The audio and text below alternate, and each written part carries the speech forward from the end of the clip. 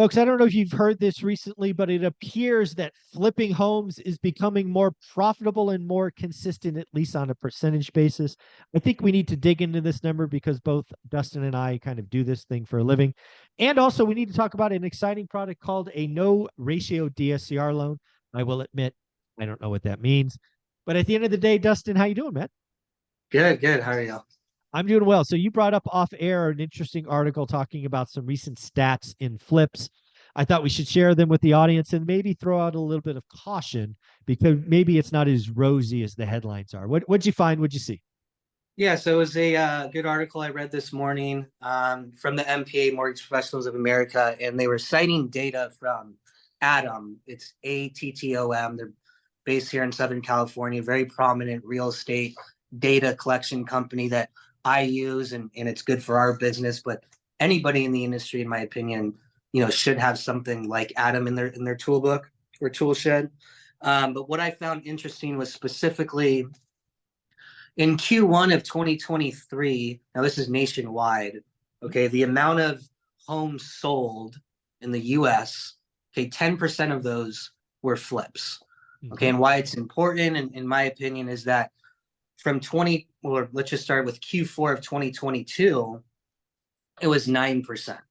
Okay, and then all of 2022, it basically was a declining percent of home sales were flips. So it may have been 12% in Q1, 11%, 10%, 9. Right. So that Yep.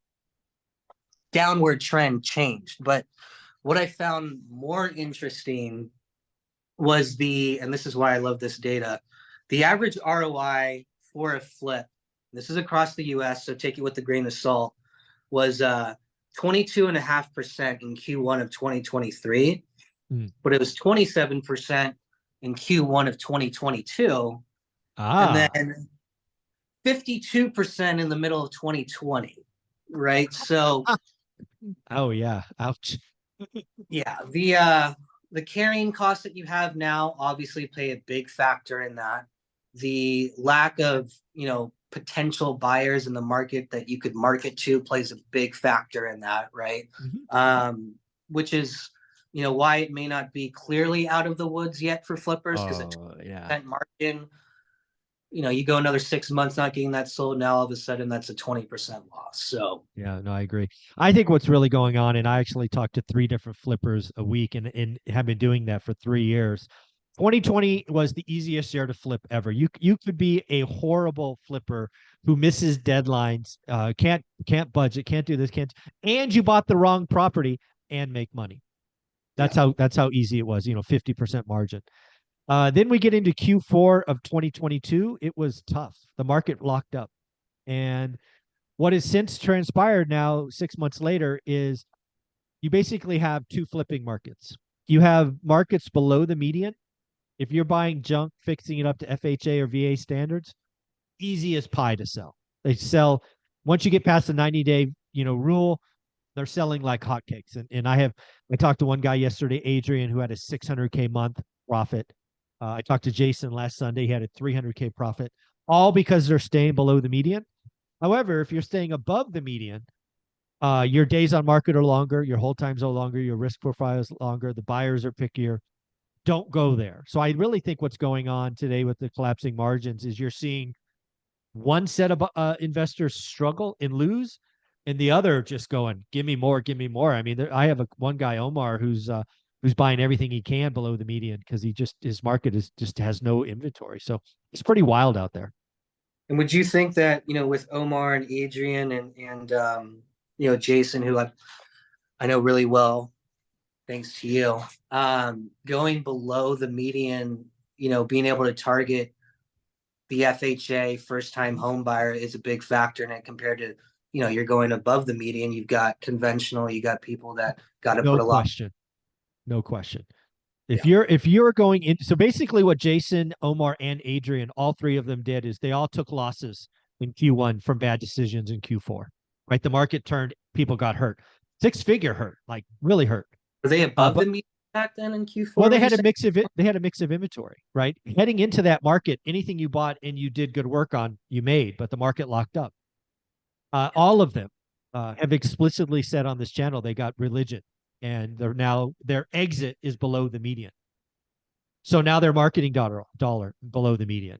Their timelines 90 days for the FHA rule. So, and now that they've been in it, now it's 4 or 5 months later, they're cashing big checks. Yeah. You know, Adrian, 600K in a month. Ridiculous. Jason, 300K in a month. So again, there is a right way and a wrong way to do that. And again, it's very different. 2020, you could have bought anything. Yeah.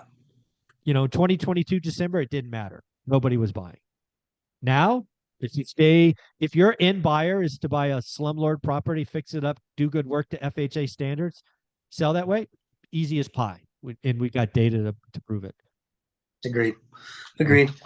So let's talk about this thing you just rolled out. You said it's been out a month. That's getting a lot of traction.